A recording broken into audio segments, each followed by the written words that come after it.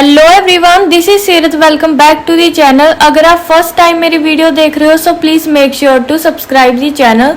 So now we are going to begin with question number 1 of exercise 1.2।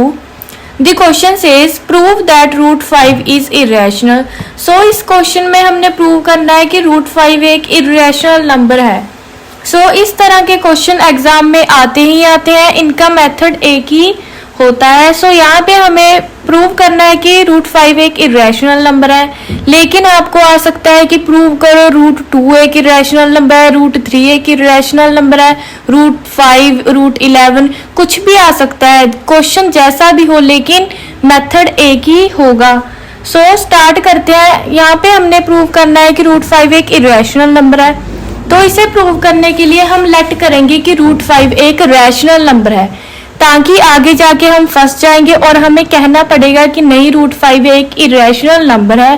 So first step यही है कि हमने root 5 को late करना है कि ये एक रैशनल नंबर है। सो लेट करते हैं, let root 5 is rational number.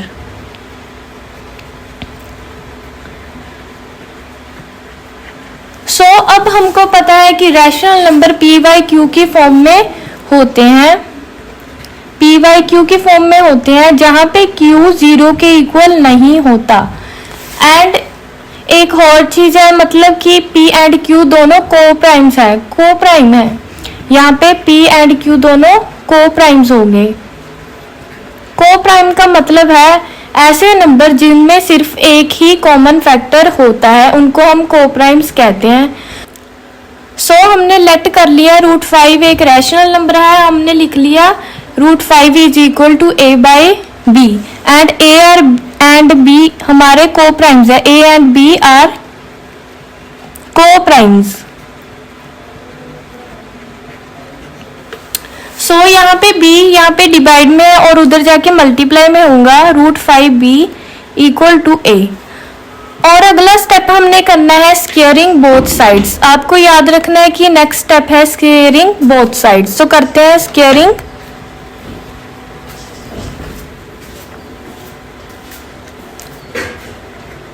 सो दोनों साइड्स की हम स्क्वेयर करेंगे।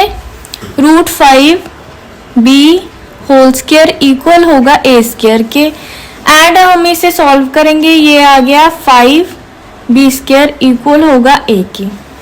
सो यहाँ पे हम देख सकते हैं कि यहाँ पे 5 मल्टीप्लाई में है, उधर जाके डिवाइड होगा, मतलब कि हमारा 5 है जो ए स्क्वायर से डिविजिबल है। हम क्या कह सकते हैं, 5 is divisible by A square. हमने थ्योरम की थी अगर कोई नंबर किसी के स्क्वायर से डिविजिबल होगा तो वो नंबर उस नंबर से भी डिविजिबल होगा। मतलब अगर 5 ए स्क्वायर से डिविजिबल है तो 5 ए से भी डिविजिबल होगा। 5 is divisible by A, then 5 is also divisible by A. So ये होगी हमारी इक्वेशन नंबर 1। सो आगे हमने करना है, हम लेट करेंगे कि कोई इंटीजर है c, let c be any integer. So हम लिख सकते हैं 5c इक्वल टू a, क्योंकि हमने देखा था 5 a से डिविजिबल है, मतलब हम लिख सकते हैं कि 5c इक्वल टू a, क्योंकि 5 यहाँ पे मल्टीप्लाई में है, उधर जाके a से वो डिविजिबल होगा। सो नेक्स्ट स्टेप हम करेंगे squaring both sides.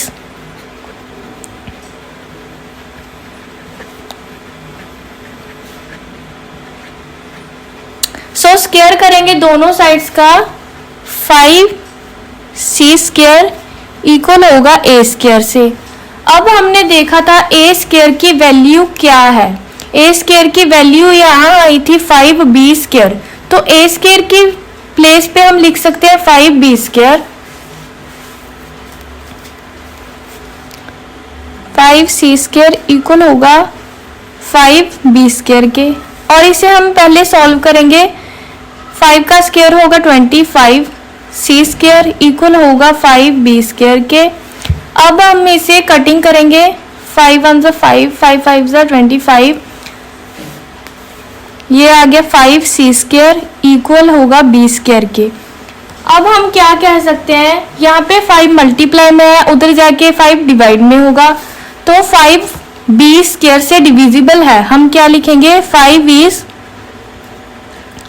Divisible by b²।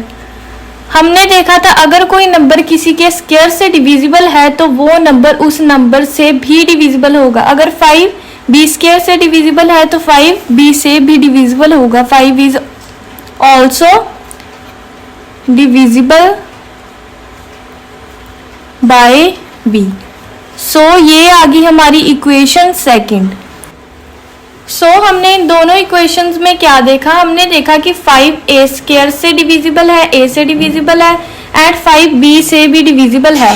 तो हमने क्या अज्यूम किया था कि a एंड b हमारे को प्राइम्स है, मतलब कि इनका जो कॉमन डिफरेंस है वो सिर्फ एक है। लेकिन यहाँ पे 5 इन दोनों का कॉमन फैक्टर है, मतलब कि 5 a एंड b के दोनों का कॉमन फैक्टर है। सो हम कह सकते हैं 5 is common factor between A and B। सो हम कह सकते हैं कि 5 इन दोनों में कॉमन है, मतलब कि हमने जो अज्यूम किया था वो हमारी अजम्पशन इनकरेक्ट है। सो हम कैसे लिखेंगे, A and B are not co-primes,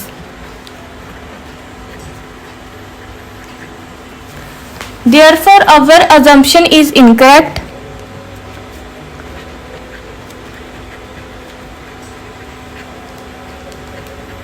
या फिर was wrong, and hence √5 is irrational numbers। सो यही हमने इस क्वेश्चन में प्रूव करना था। ये था हमारा question number 1 of exercise 1.2। So now we will move to the next question.